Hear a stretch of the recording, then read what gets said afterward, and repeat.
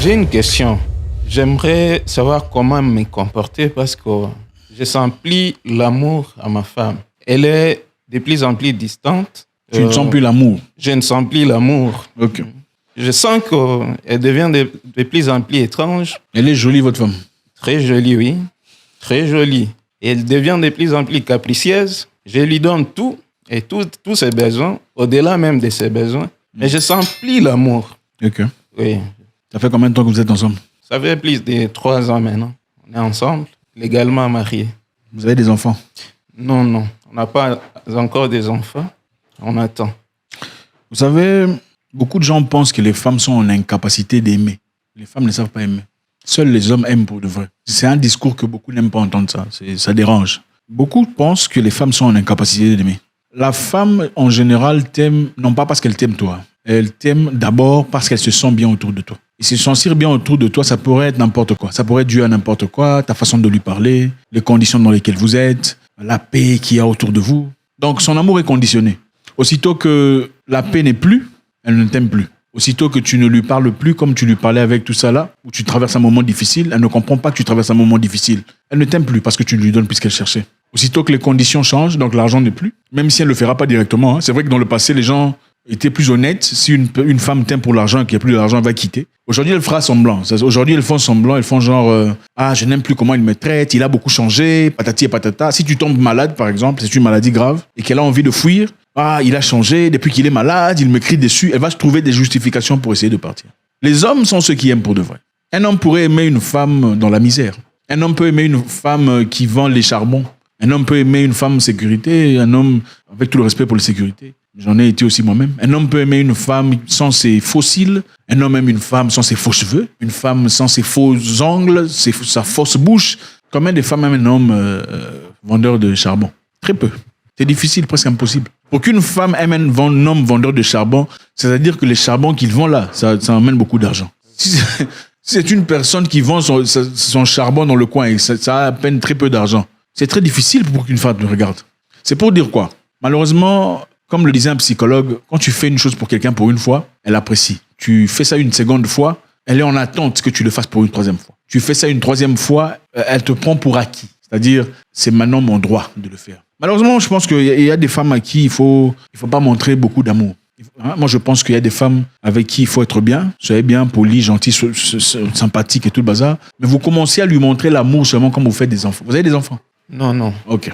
J'ai du mal aussi à lui cacher mon amour. Parce que plus je vois qu'elle sent que je l'aime, elle devient de plus en plus capricieuse. Moi, je pense qu'il ne faut jamais noyer dans cette histoire ou commencer à aimer la femme extrêmement. Ce n'est pas bien. Parce que généralement, c'est la femme qui choisit l'homme. L'homme ne choisit pas sa femme.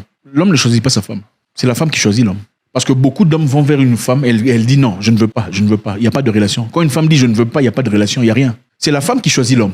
Donc, quand toi tu donnes beaucoup trop, tu ne sais pas si elle va réciproquer ce que tu lui donnes. Et moi, je pense que, comme le disent certaines personnes, une femme commence à t'aimer seulement après avoir fait un enfant avec toi. C'est à partir de là qu'elle commence à t'aimer toi. Avant, ce n'est pas toi qu'elle aime. Avant, c'est les conditions dans lesquelles vous vivez qu'elle aime. Quand vous faites un enfant, là, elle commence à t'aimer toi. Et ce n'est pas vraiment toi qu'elle aime. Elle aime le papa de ses enfants. Donc, les choses qu'elle ne supporterait pas dans le passé, quand vous n'aviez pas d'enfants, quand vous avez des enfants, elle commence à tolérer. Pourquoi? Parce que tu es le papa des enfants. Donc, en d'autres termes, ce n'est pas vraiment toi qu'elle aime. C'est ses enfants qu'elle aime à travers toi. Donc, quelque part, vous êtes devenu quoi? Frère. Voilà pourquoi beaucoup te disent, une femme avec qui vous avez fait des enfants, 2, 3, 4, te voudra toujours un peu plus de bien. En tout cas, tu ne voudras pas de mal par rapport à une femme avec qui vous n'avez jamais eu d'enfant. Une femme avec qui vous n'avez jamais eu d'enfant, si elle tourne sa tête pour aller ailleurs, elle s'en fout éperdument de toi. Tu peux aller crever, elle s'en fout. Mais une femme avec qui vous avez eu des enfants, même si ça n'a pas été bien, la finalité c'est quoi? Elle veut que tu partes, mais elle ne veut pas que tu sois détruit. Parce que en étant détruit, c'est aussi ses enfants qui sont détruits. Elle veut te voir être bien quelque part. Bon, sois bien quelque part, ne t'approche pas de moi, mais le papa de Michael, le papa de Junior, sois bien. Voilà pourquoi tu verras des couples, tu vois, la femme est déjà fatiguée, mais elle tolère, elle est là, elle est restée à cause des enfants. Il y a aussi des couples où ça ne marche pas, ça n'allait pas à un certain moment. Mais la femme est restée pour les enfants et finalement, ils ont pu arranger. Ça a été une question de longévité. Bon, moi, je penserais qu'il faut essayer de réévaluer. Est-ce que les raisons pour lesquelles elle est toujours là sont les mêmes? Sont les raisons qui l'ont emmenée? Il faut toujours faire une évaluation de votre histoire. Les raisons pour lesquelles on t'a aimé il y a 4 ans peuvent changer aujourd'hui.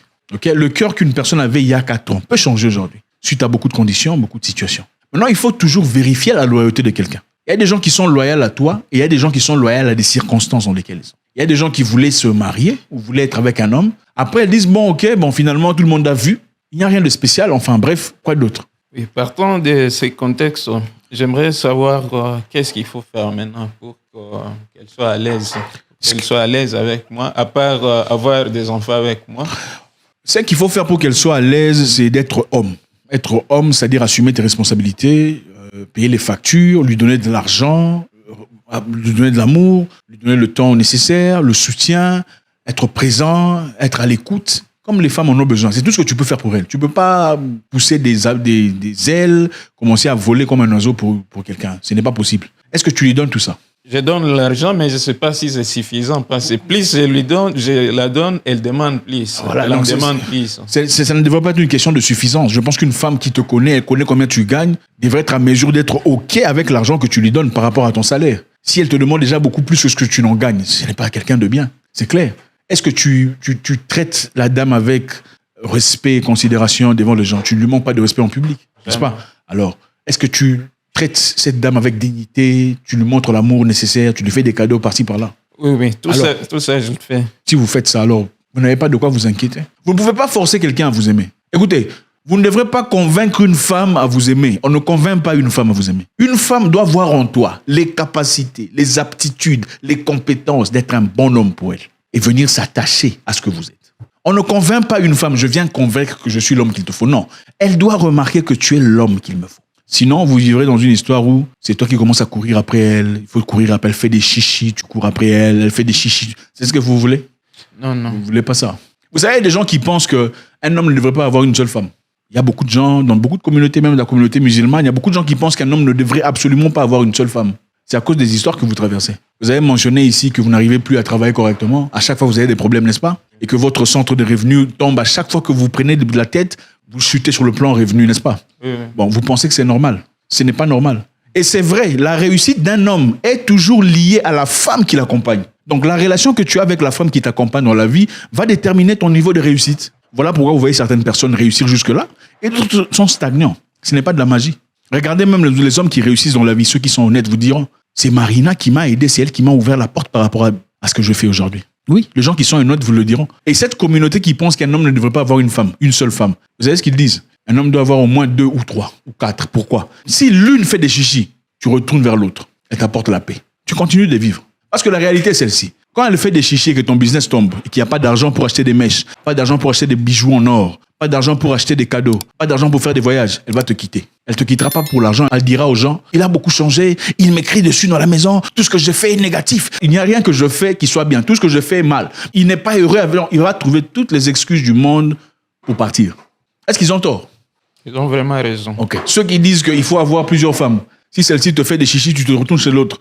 Et celle qu'à chaque fois qu'on a un petit souci à la maison, elle va raconter ça à tous ses amis, à toute la famille. Comment je traite avec ça? Parce que lorsqu'on a eu un petit souci, on a discuté. Demain, c'est un ami qui va m'appeler déjà le matin. Mais qu'est-ce qui ne va pas avec toi? Comment je gère ça? Déjà, une personne mature sait comment garder les histoires de sa famille. C'est comment ce qu'on dit dans la Bible? Une femme vertueuse fait quoi? Construire sa maison. La femme vertueuse construit sa maison. Vous allez me rendre pasteur. Je ne suis même pas pasteur. Je connais, n'est-ce pas? La femme vertueuse construit sa maison.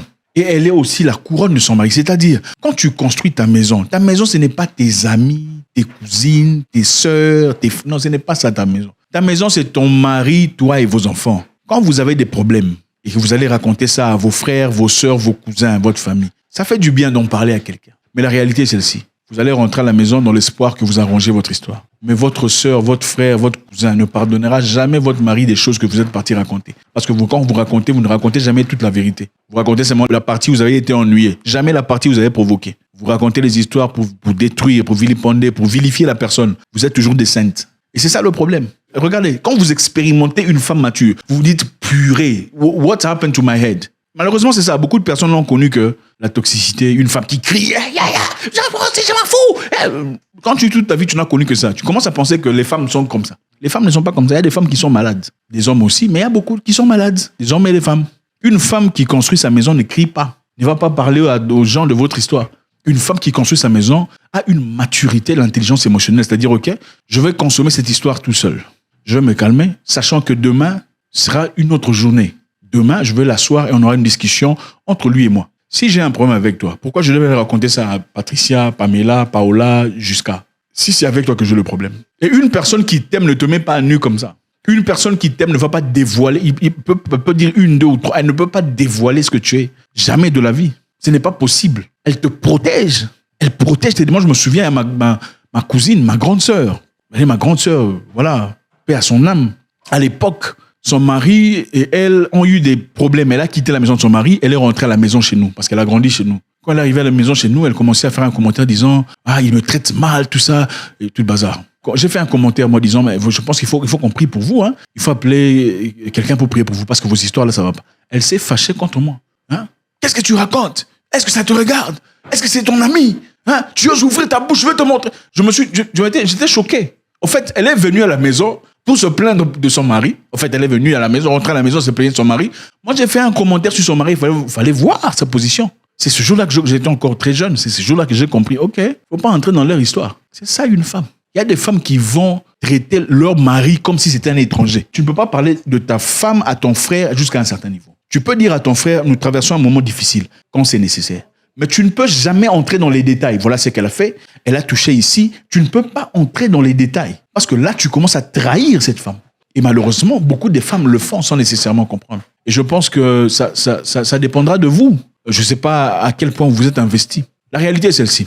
Beaucoup d'hommes, malheureusement, sont coincés dans le spectre, croyant que être un homme bien, c'est seulement pouvoir être présent, être respectueux envers sa femme, être fidèle et tout le bazar. C'est très bien de faire ça. Mais il faut aussi se poser une question. Qu'est-ce qu'elle apporte dans ma vie? Le sacrifice que vous faites est très important, c'est nécessaire. C'est bien d'être un homme.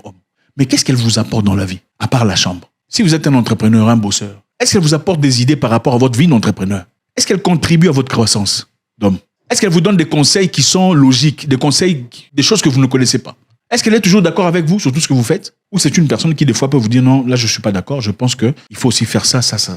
Est-ce que c'est une personne qui fait de recherche? Parce qu'aujourd'hui, on a besoin des gens intelligents. Et si on est villageois, on peut prendre une femme villageoise, on sera bien. Si on est un entrepreneur de travail réussi, une personne qui cherche, qui fonce, qui essaie de boussouler, détruire, avancer, c'est une personne qui a essentiellement besoin d'une femme qui comprend cet aspect de vie, n'est-ce pas? Une femme qui peut intellectuellement représenter cette personne. Une femme qui sait faire de recherche, lire. Chérie, tu sais, j'ai appris dans telle banque exec, on est en train de donner 20% d'intérêt. Ah bon, on va les jeter un coup d'œil. Chérie, tu sais, j'ai appris que Investec est en train de prendre ton argent, on investit dans les entreprises. Après 6 mois, tu as un intérêt de 47%. Ça, c'est quelqu'un. Aucun homme réussi n'a besoin d'une femme. C'était ça, moi aussi j'ai ça. Je m'en fous. Attendez, c'est quoi? On est au marché, on est dans un bar. Il faut savoir se mettre à sa place à un niveau. La question, ce n'est pas elle est jolie, elle est belle. C'est bien. Non, écoutez, la jolie, la beauté là que vous appelez là, c'est très relatif. La beauté, ça pourrait aussi être une personne qui écoute. Bon, ok, d'accord. Je pense que là, on est en train de tourner en rond. Cette discussion, est-ce qu'on peut mettre ça à côté? On va en parler demain. C'est ça, une personne. Vous avez déjà rencontré une personne comme ça? Hein? Avez-vous déjà rencontré une personne comme ça? Oui. Vous avez déjà rencontré une personne qui te dit cette discussion-là, je ne pense pas que ça nous avance. Est-ce qu'on peut arrêter ici? On va en parler demain quand on sera calme. C'est très rare. Très rare. Rencontrez ces genres de personnes et vous comprenez qu'on vous a menti toute votre vie. Ceux qui vous disent je t'aime, ce n'est pas nécessairement parce qu'on vous aime. Parce qu'une personne qui t'aime a de la tempérance à ton égard. Le calme. On sait comprendre que, ok, il est peut-être monté, ce n'est peut-être pas le bon moment d'en parler. Il n'est pas nécessaire que je commence à faire des stonewalling, de tout ça. Ok chérie, tu sais quoi? D'accord. Prenons cette histoire, mettons ça dans une boîte, on va fermer la boîte. Pour l'instant, on va parler d'autres histoires qui nous seront constructives. Au moment opportun, peut-être demain ou après-demain, quand tu seras de bonne humeur et je serai de bonne humeur, on va en parler. C'est ça la maturité. Quand tu trouves une femme comme ça, tu mets tes genoux à truc, tu remercies le Seigneur. Ma dernière question, je ne sais pas comment faire avec elle parce qu'avec mon téléphone, j'avais mis les codes. On s'est chamaillé pour les codes. Je lui avais remis les codes, les mots de passe. Mais j'ai comme l'impression qu'à chaque fois qu'elle prend mon téléphone, c'est comme si elle m'espionnait, elle cherchait à attraper quelque chose de mauvais.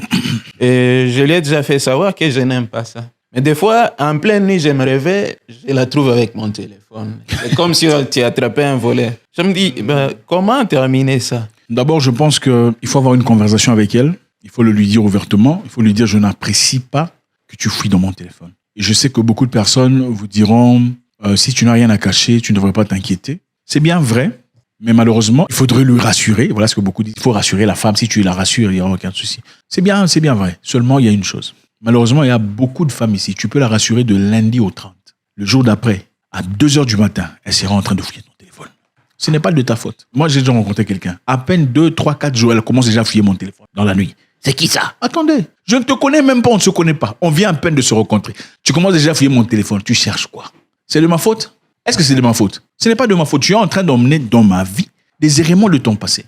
On t'a fait quoi dans le passé pour que tu deviennes comme ça? Qu'est-ce qu'on t'a fait dans le passé pour que tu commences à fouiller le téléphone d'un gars que tu viens à peine de rencontrer? Moi, je pense qu'il faut donner aux gens le bénéfice de doute jusqu'à ce qu'ils vous prouvent qu'il n'est pas digne de confiance. Ok? S'il ne t'a jamais trompé, il ne t'a jamais menti, toi, tu vas fouiller son téléphone. Il y a des gens aussi qui vivent dans des relations, ils ne fouillent pas leur téléphone. L'amour, ce n'est pas être en capacité de fouiller mon téléphone. L'amour, c'est je ne fouille pas ton téléphone, mais je sais que coûte, vaille que vaille, tu n'iras nulle part. Tu es là avec moi. C'est parce que c'est moi que tu aimes. C'est ça, aimer quelqu'un. Et je pense que c'est très important. Il y a des gens blessés qu'on peut aider, frère. Il y a des gens blessés à qui on peut apporter de l'aide. Et ils changent. Ils ont besoin d'être rassurés. Après avoir été rassurés, tu sens que c'est bon. Il n'y a pas de souci. Il y a des gens, malheureusement, qui, leur vie, c'est comme des antennes en alarme. Elles sont en train de scanner qu'est-ce qui cloche. Tu es dans une relation avec une personne pure qui ne t'a absolument rien fait de mal. Mais au lieu de chercher ce qui est pur, tu commences à scanner ce qui ne va pas. Qu'est-ce qui ne va pas? Pourquoi il est en retard? Pourquoi il ne répond pas? Ah, c'est peut-être il y a une femme derrière lui.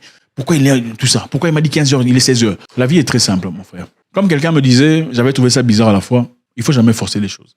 Principalement, il faut chercher la paix. Et si une femme est incapable de t'apporter la paix, elle ne peut rien t'offrir.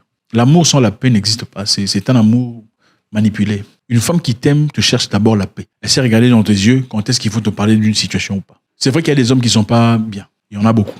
Mais celui qui tient le fondement, la fondation de la maison, c'est la femme. Quand une femme est bonne, une femme peut transformer un lion en un baby. Est-ce que je mens? Une femme qui sait comment t'aimer peut te faire quitter tes frères, tes sœurs, ton père, ta mère. Oui, je sais que ça sonne mal. C'est pour dire qu'une femme bien a la capacité de transformer un lion en un brebis. Et une femme bien, généralement, elle ne parle pas trop pour se justifier. Quand tu entends une femme se justifier trop là, faut laisser ça. Parce qu'une femme bien, elle comprend que la justification ne fonctionne pas. Bon, je veux t'accorder à toi la chance, une pure chance, pas basée sur mes expériences personnelles. Et ces expériences personnelles, c'est vos expériences. Les hommes qui vous ont fait souffrir, c'est vos hommes. C'est vous qui les avez choisis. Ce ne sont pas ces hommes qui sont les problèmes. OK? Est-ce que vous êtes déjà assis, vous posez la question de dire, et si c'était moi qui étais le problème? Comment ça se fait que c'est seulement moi qui choisis des hommes mauvais, méchants, narcissiques, manipulateurs, infidèles? Seulement toi. Moi, je t'encourage, frère, il faut traiter la femme bien. Soyez sympathique. Mais aussi, n'oubliez pas vous. OK? N'oubliez pas votre paix et une conversation sérieuse. Asseyez-vous et discutez. Et parlez. Rétablissez les normes. Qu'est-ce qu'elle veut? Chacun a sa langage d'amour. On en parlera prochainement. Il y a plusieurs langages d'amour, mais principalement 4. On en parlera prochainement. Qu'est-ce qu'elle veut? Est-ce que tu lui donnes ce qu'elle veut? Si tu lui donnes ce qu'elle veut et qu'elle ne te donne pas ce que toi tu désires, peut-être qu'il est temps de réfléchir et de trouver des solutions qui sont favorables à votre égard. God bless.